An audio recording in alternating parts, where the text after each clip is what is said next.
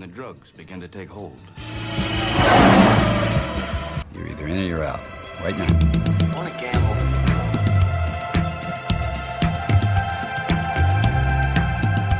I never want to hear those words out of your mouth again. Gambling is not your problem. Has anybody ever told you before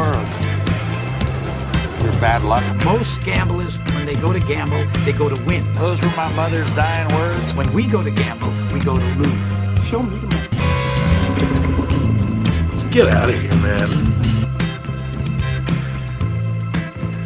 Show you the money. Honestly, let's just go. Let's go to Vegas.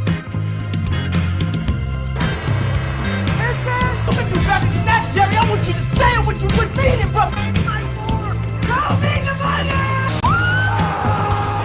money! It's the Sports Memory Vegas pregame show. Newman, happy St. Patrick's Day weekend.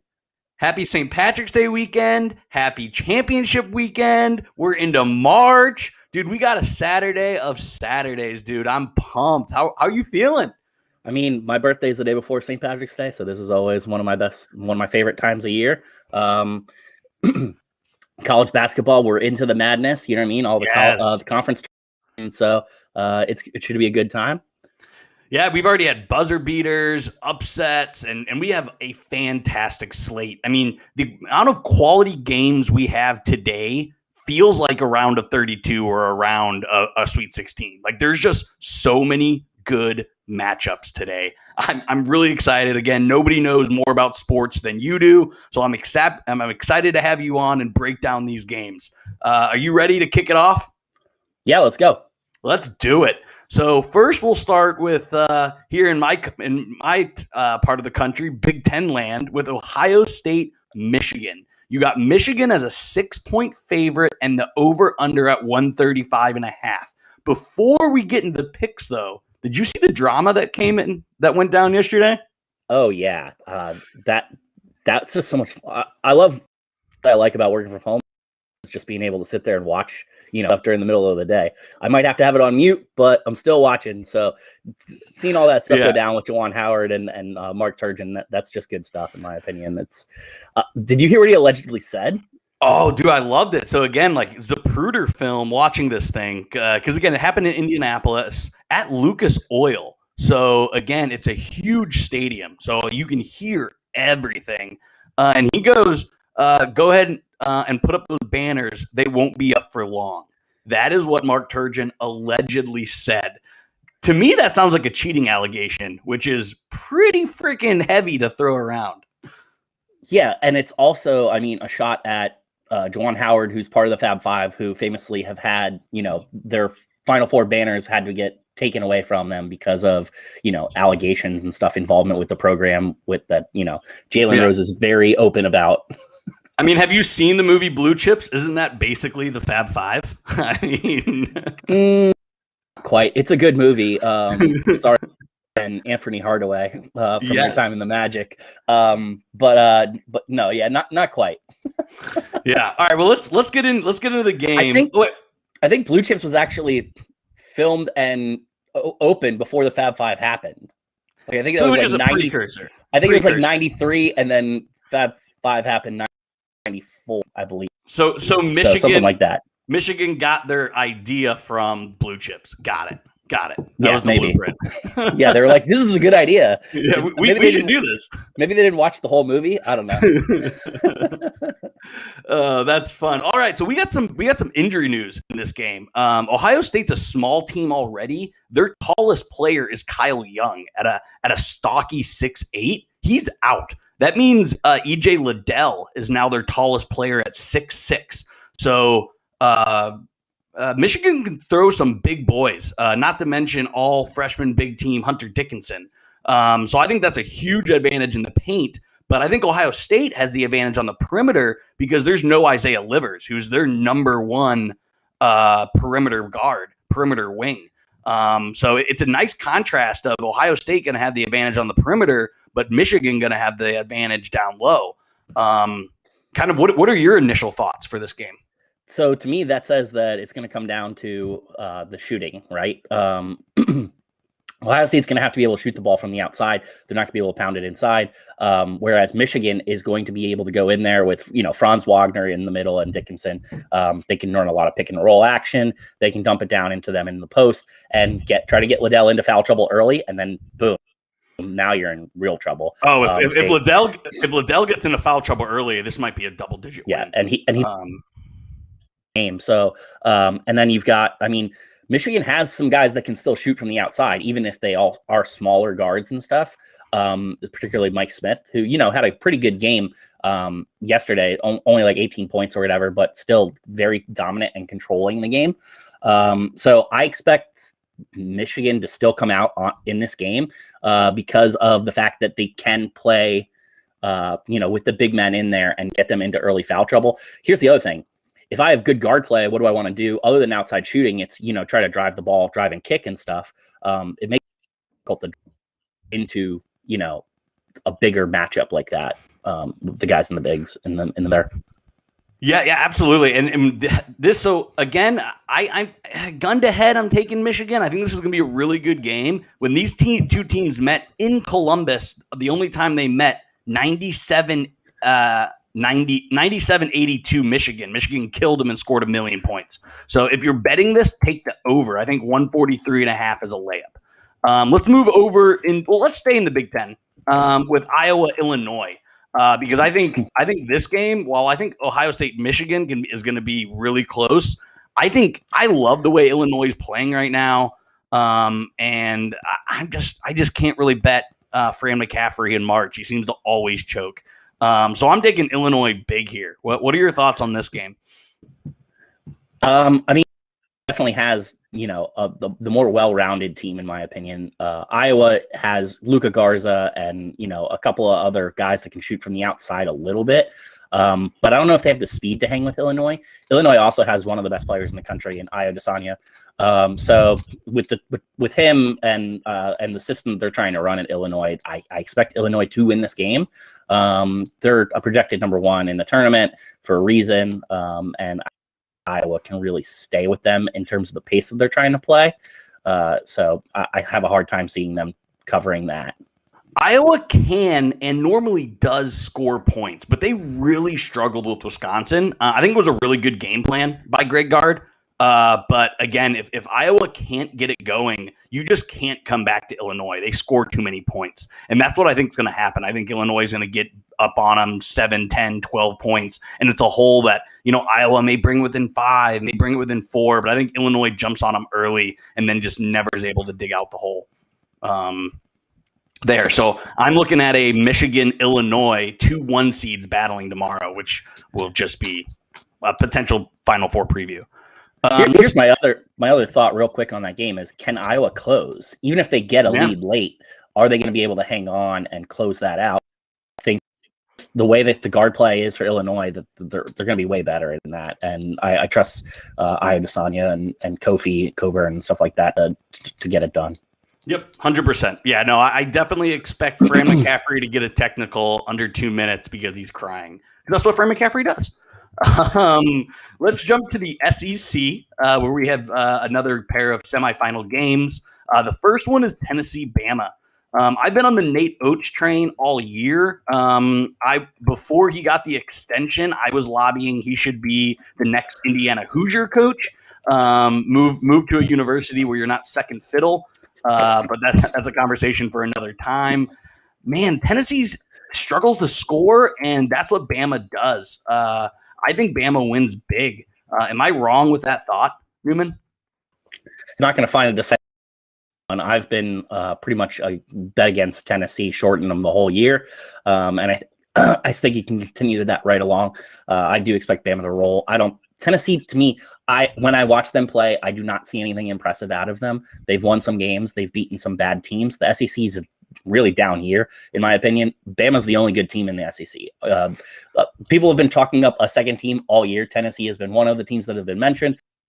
And every time they go and do is lose. So, to me, I expect Bama to roll pretty easily in this game. Yeah, so, this, again, I hate to bring this back to a Big Ten comparison, but it's the most basketball I watch here. This reminds me of last night's Wisconsin-Iowa matchup. Iowa can really score and when they can get going. Wisconsin needs to slow them down and hope for a bad shooting night. That's really Tennessee's only hope is to waste clock, minimize possessions, and hope for an off night. And I don't think either one of those happened. So let's move to what I think is the much more entertaining game, LSU Arkansas. And before we get into this game, what are your overall thoughts on Arkansas going into the tournament? I mean, they have a pretty good offense and stuff like that, but I don't buy that anyone in the SEC other than Bama is any good. I refuse to do that. A lot of people have Arkansas as like an elite eight like favorite, like they're gonna make a run in the tournament and stuff like that, and they very well may depending on their draw. But I would more likely have Arkansas being an upset in round 2 than I would to have them make an Elite 8 run. That's a good point. They have 5 guys that can score, but they don't have a star player. And we know stars rule March. You can go back to Carmelo. You can go. Again, the tournament field is filled with stars, and that's one thing Arkansas just doesn't have. Which is why this game's super interesting to me because LSU does have a star in Trendon Watford. They have the best player on the court. Now, I don't think LSU is as good as Oklahoma State, but they kind of have similar feels where, you know what, if Trendon Watford goes off for 35, LSU's probably going to win. So for this game, for me, I think it's going to be very entertaining. You brought up, I missed this. They did split. So Newman, who do you take in this? I'm going to take LSU plus the points. There we go. LSU, but do you think Arkansas wins, or are you pulling an upset card here? I don't know that I would take one money line unless I had it as part of a parlay, in which case I would probably lean with the LSU getting the W just because it'll increase my my parlay points. But it'll jump but I would rather have the LSU getting the points portion of this line. In terms of that over, I think that's about where I see the game. I'd probably lean slightly on the over on that one, based on that 162.5 point line. Nobody plays defense in the SEC. It doesn't matter if it's football or basketball. Let me ask you a quick question. Do you know what Arkansas's projection currently is for the tournament? Where they have them at? They're right on the 2-3 line. Their ranking suggests a 2, but again, we mentioned the SEC is so bad they don't have those quality wins. So I think they end up being a top 3 seed. That's a 3 seed that's a 3 seed that loses to the 5 all day. So again, I like Arkansas strictly because my wife went to Justin Smith's high school and she will kill me if I pick against Arkansas. So I'm going to say happy wife, happy life and pick Arkansas in that game. And if you lose money, you blame her. Yeah, absolutely. Absolutely. I got an out there.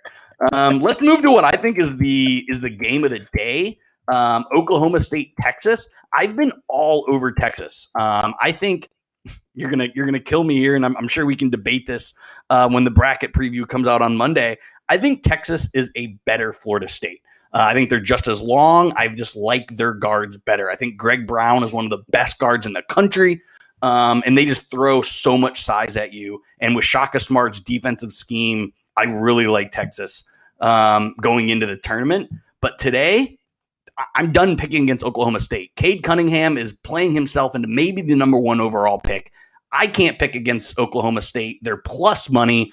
This is my Brandon upset special of the day. Talk me out of it. So interesting stat. A Texas team hasn't won like the Big 12 conference tournament. I don't know if ever. It certainly hasn't happened in a long time. They've been down for a while. I mean, this is the first year Shaka's had luck. Rick Barnes had that program down for a significant amount of time. Well, so I mean, believe what was the last good Texas team that you recall? To me, it's Kevin Durant. And at that point in time, Kansas's run was just ridiculous. There was no chance that you're stopping them. So I mean, Kansas won 12 in a row or something like that. 14, I think. Yeah, something like that. So it's one of those things where it's like Texas. They're fighting against that history. Obviously, that's not going to come into play today, but it just be that's the way it is. I don't know that Texas is that much better than Florida State, in all honesty. I would like to see Florida State run a little bit more of the press. But if they're both on their peak game, I think Florida State has a higher level than Texas. They also have a lower floor. So I think Florida State can be a little bit. Yeah, no, I mean, again, I think you're right there. Again, I think Florida State has the better player if you're pitting those two teams against each other. So I mean, again, when you have a 6'8", 6'9" point guard, your ceiling is going to be pretty high. When you can throw out 2, 3, 7-footers, your ceiling's going to be pretty high. I like Texas and Florida State both in the tournament. I think they do things. I think they have good guards. I think they're long. I think they got depth. They both have things that do really well in March. But again, it wouldn't be the gambling show. It wouldn't be the Sports Memory gambling show if there wasn't an upset special. So I'm definitely rolling with OK State here today. Last game we got here for today is Newman just jumped off. Of course, it's still the old Corona season, so we are still facing some difficulties here with that. So I'm going to go and jump into the Pac-12 championship. I'm not betting against McKinley Wright. Newman is back. I left the Florida State, Oklahoma State conversation and kind of jumped into the Pac-12 championship, which I'll just wrap up here pretty quickly. McKinley Wright has the Colorado Buffs rolling. 9 points is a lot to give. And I honestly don't know enough about the Pac-12 for their over-under. So I have the Buffs in a bunch of parlays today. But I'm not, again, 9 points is just a bunch to give. Yes. Colorado isn't that good. So Oregon was supposed to be the runaway favorite in that conference and expected to win it. And then there was USC. So like these teams both kind of knocked off one of those bigger boys there. I kind of like it on the Buffalo side. The 9 points is a lot. Exactly. Yeah. I mean, if again, I'm not playing this game. If I did, I'd probably take Oregon State plus the points. If I had to. But again, we've talked all about what's the recipe in March, and it's good guards. And McKinley Wright is probably the guard you haven't heard of, but you will soon as tournaments start. McKinley Wright is an absolute stud. For the only people that'll interest this is probably Indiana fans. Archie Miller recruited McKinley Wright. McKinley Wright wanted to go to IU with Archie Miller. IU's academic program did not let him in. He did not qualify as a recruit for Indiana. Now he's leading the Pac-12 leading Colorado to a Pac-12 championship. So yeah, so it sounds like you don't need to fire Archie. You need to fire the compliance team there. There we go. The academic advice. All right, let's get in. I know we have tons of fans in Florida. We have tons of fans from the South. So let's get into the game that I know you want to talk about. What you're repping on your chest. Georgia Tech, Florida State. Does Georgia Tech shock the ACC world? Does Josh Pastner got a game in him that he can knock off the Seminoles? So here's the thing with this game. Georgia Tech is because of Virginia having to pull. Florida State advanced from their first game because Duke did not play. So they've each only played one game in the tournament so far. Georgia Tech played Miami and they almost lost. Florida State played UNC and they almost lost. So obviously I would say that, UNC is a much more quality opponent than Miami. So Florida State probably getting a little bit more tested. Here's the thing in terms of this game. When you're playing, when you're Florida State, you're playing on a back-to-back, rest becomes a factor. And Florida State is a very deep team. So that rest should not impact them as much. Georgia Tech is not playing on the back-to-back. They had a day off. How that will impact them. They typically only run 7 or 8 deep in terms of players that they're going to play. Florida State, if they choose to, they can just run a lot of players at Georgia Tech, and that should give them an advantage in the second half. They did split these games on the road and at home. But ultimately, the reason that Florida State lost that game against Georgia Tech in in Atlanta was because they shot awful from the field, and that's not likely to repeat itself. So I'm going to That's take. the only way. And again, that's why I don't like FSU to win the national championship, because I think they're going to have an off shooting one of the 6 games, but that's the only way you can beat Florida State. Like, almost Florida State has to beat themselves. It's really tough to beat Florida State. It's kind of the way I see that. I mean, Georgia Tech's best player is Wright, who is ACC Player of the Year, and he's a big. Like, their guard play is not going to come close to what Florida State has. Florida State can run a lot of guards at you. Also, Florida State freaking can switch 1 through 4 all day. You may even see Scotty Barnes post up and play against Moses Wright sometimes. So, I mean, that would not surprise me at all. So Florida State can run 6 guys at Moses Wright if they want to. Just try to get him into foul trouble. Yeah, no, I agree. I can't believe this line is only at 4.5. That's really shocking to me. I thought for sure we'd see this at 5.5, maybe even 6.5. The over under is really, really good. I think I'm going to stay away from that because I think it's tough to get there, but there might be some cheapy free throws or some easy lay-in buckets when Florida State's up big. So I'm taking Florida State. I think you're taking Florida State as well. Overall, guys, we have a really, really good slate of college basketball today. If you listened last night, you got a 4-game parlay for me that cashed out about 10-1. If you took Creighton, Iowa, Florida State, and Colorado. So again, just to kind of recap, who I'm taking today is I am taking Michigan 2.5. I'm taking Bama 4, Illinois 3.5, Arkansas 3.5, Florida State 4.5. That's my parlay for today, with Oklahoma State being my upset special. So go ahead and follow me. Either parlay those together, or maybe take one or two that you like today. Again, it's March. It's St. Patrick's Day. Have a great day. I want to throw one more bet in because, again, me and Marcus, who is normally on the show, have been crushing hockey.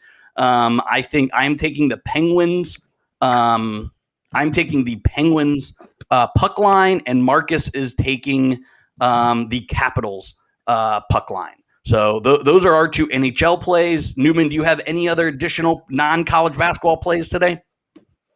Lightning are raising the banner, and there's going to be fans in the arena tonight. So I like the Lightning to win. Yeah, and I mean, McElhaney took the last start from Vasilevsky, so Vasilevsky should be well rested. I expect the Lightning to roll, especially with all that energy and stuff in the medium there. So non-college basketball, that's what I would go. And then I also, one more touch on some college basketball here. I know that you mentioned that you like Creighton a lot. I think it's kind of funny that your boy, their opponent today at Georgetown, Patrick Ewing, found alumni, had a huge run in the tournament, and then became a New York Knick. His jersey is retired by the Knicks. It's up in the rafters. He's walking around Madison Square Garden, and people are questioning him about who is he and where's his ID. It's like his ID is literally, he can just point to his jersey. Like, he's earned it. How the hell does everyone in that building not know who the fuck Patrick Ewing is? Plus, he's like 7 foot tall, so like it's not exactly like you're confusing him for somebody. Just walking around. So yeah, that's a really funny storyline. Ultimately, I mean, Georgetown's playing their 4th game in 4 days. They can't score with Creighton. I like Creighton big, but I've liked Creighton all season. Yeah, for sure. I could see that definitely rolling that way. Georgetown, as you mentioned, playing on the 4 days in a row, it's a tough test. But one more game that I want quick. Wichita State is a favorite only by 4 points over Cincinnati. Cincinnati is like 1 game over 500. Wichita State's murdering people. Their coach just got an extension. They're a really good basketball team. I think that they're going to make if depending on their draw, they could have a deep run in the tournament. So I'm going to take Wichita State over Cincinnati. And I will give the 4 points away. There we go. There's a fun little one to sneak in. All right, everybody. That's our show for today. Thank you for joining. We're going to be live on Monday, breaking down the bracket. I think Newman has a bracket challenge that we are going to launch to the group as well, if you guys are interested. So again, we will see everybody Monday night for the bracket breakdown. Newman, have a great Saturday, and let's watch some basketball. Go Knowles.